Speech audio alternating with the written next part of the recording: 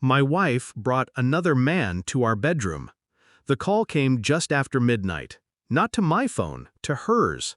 I heard it vibrating on the nightstand, low, insistent, like something alive trying to escape.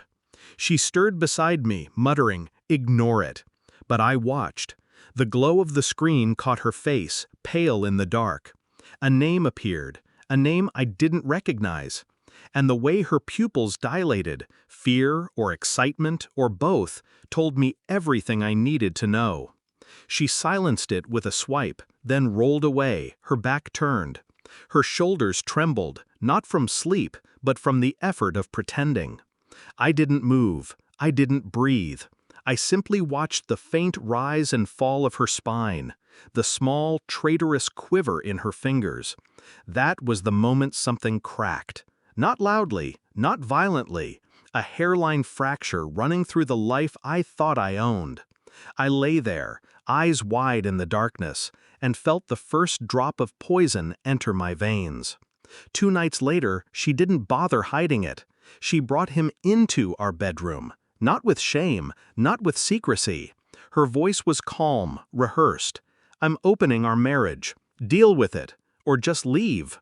The man stood behind her, tall, smug, already at ease in the space I had built. His belt buckle glinted in the lamplight like an insult. For a moment, I almost laughed. Not because it was funny, but because it was absurd. How quickly a vow can rot. How easily love mutates into arrogance. I said nothing. Words were useless here. Instead, I studied her. The tilt of her chin. The way her hand brushed the other man's arm, needing his presence like a shield. I saw what she wanted me to see: strength, liberation, ownership of her choices. But beneath it, I saw the fear, thin cracks running through her bravado. I packed in silence, each shirt folded with precision, each book, each relic of my life, placed carefully into bags. No arguments, no pleas. By morning, I was gone, and the house, the marriage, the hollow bed were hers to keep. Distance sharpened my mind. In the week that followed, I became an observer, not a husband. I studied them from afar, quietly, invisibly. Phone records were easy. She hadn't changed the account settings.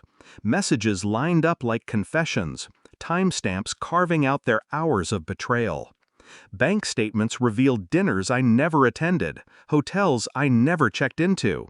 Receipts of a life she had been living long before she confessed. Each discovery tightened something inside me. Not rage, not grief. A colder emotion. Precision. I pictured her laughing in the house, in our bed, convinced I was defeated. Convinced I had simply disappeared into silence. But silence is not surrender. Silence is preparation. And so I waited, watched, collected the fragments of her new truth until the full picture came into view. The call came a week later. Her sister's voice was frantic. "Have you heard? They were found dead. Both of them. In the house. Your house." For a moment my breath caught, not from shock, but from the strange symmetry of it. Dead. Together. In the same bed they had desecrated. The police called it a double tragedy. Gas leak, they said. Carbon monoxide filling the rooms while they slept. But I knew better. I had checked the detectors before I left. She never thought to. The house that once belonged to me had made its choice. It swallowed them whole without my hand ever lifting. The truth had a way of surfacing, even without evidence. And now it lay still, silent, in the bedroom where betrayal had bloomed. I returned only once. The rooms were sealed with yellow tape, the air heavy with absence. The neighbors watched from their windows as I walked through the yard, the man who had lost everything, and yet lost nothing at all. Inside, I stood at the foot of the bed, sheets stripped, pillows gone. But I could still see them. Their bodies, their arrogance, their fragile mortality. No words were spoken aloud, but inside, I whispered to her memory, "You opened the door. You told me to leave. I did, and the house kept you instead. There was no satisfaction, only inevitability. Revenge had not required blood on my hands, only patience, and patience I had in abundance. I did not attend the funeral. There was nothing left for me to bury. Instead, I drove until the town disappeared in the rearview mirror.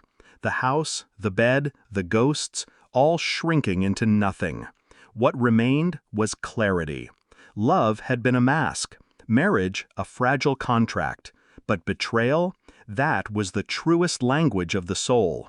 And now I understood it, completely.